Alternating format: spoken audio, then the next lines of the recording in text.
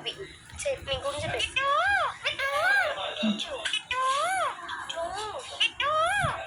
என்னடா அபி உன் வாய் போடுறா. மிட்டு நீ உன் வாயை மூடுறா. செல்லக்குட்டி. கிடைக்காத மிட்டு ஃபோனை பிடிங்கிடுவேன். மா பிடுங்க உங்கள் ஃபோனை. அபி குட்டியா? பிடுங்க எங்கள் ஃபோனை.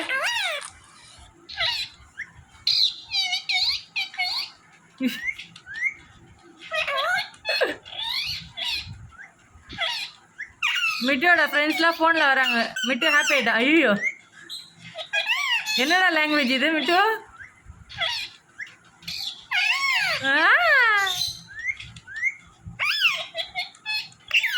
மிட்டு கிளி மாதிரி கத்த.